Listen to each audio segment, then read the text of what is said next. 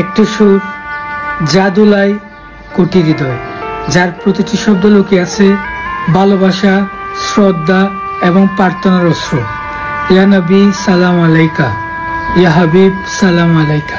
ইয়া নবী সালাম আলাইকা, ইয়া রাসূল সালাম আলাইকা। এই ডাক শুধু মুখের নয়, এই ডাক আত্মার সাথে বিনোদন। এই দরুদ গানটির মূল উৎপত্তি হয় প্রাচীন আরবে। তৎকালীন সময়ে মুসলমানরা রাসূলুল্লাহ সাল্লাল্লাহু আলাইহি ওয়াসাল্লামের প্রতি ভালোবাসা প্রকাশ করতে বিভিন্ন রকমের দরুদ ও রাশিদ রচনা করেন। এটি তার মধ্যে অন্যতম একটি সুন্দরতম দরুদ। এই দরুদ গানটি অষ্টম থেকে নবম শতাব্দীর কোনো সুফি দরবেশের সৃষ্টি। এটি গাওয়া হয়েছে বিভিন্ন দেশে, বিভিন্ন ভাষায়, বিভিন্ন সুরে।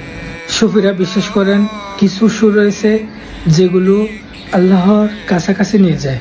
ইয়া নবী সালাম আলাইকা এটি এমন একটি সুর যেটি আল্লাহর কাছাকাছি নিয়ে যায় এবং রাসূলুল্লাহ সাল্লাল্লাহু আলাইহি ওয়াসাল্লামের প্রতি ভালোবাসা প্রকাশ করে। ইয়া নবী সালাম আলাইকা এই দরুদটির মূল প্রেরণা আসে রাসূল সাল্লাল্লাহু আলাইহি ওয়াসাল্লামের হিজরতের সময় মদিনার নারী ও শিশু কর্তৃক গাওয়া ঐতিহাসিক নাত তালা আল বাতরুনা থেকে।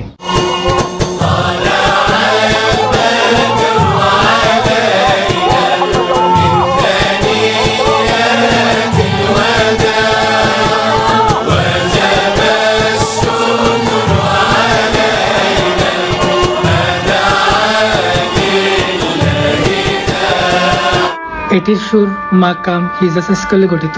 পবিত্র কোরআনে আল্লাহ তাআলা বলেন, সূরা হাজ্জাব আয়াত নম্বর 56, আল্লাহ তাআলা এবং ফেরেশতারা নিশ্চয়ই নবীর প্রতি দরুদ পাঠ করেন। সুনান আবু দাউদ রাসূলুল্লাহ সাল্লাল্লাহু আলাইহি ওয়াসাল্লাম জানিয়েছেন, তোমরা যেখান থেকেই দরুদ পাঠ করো, একজন নিযুক্ত ফেরেশতা তা আমার কাছে নিয়ে আসে। একবার ভাবুন, আপনি একবার দরুদ পাঠ করছেন, তার সাথে সাথেই প্রিয় নবীর কাছে পৌঁছে যাচ্ছে।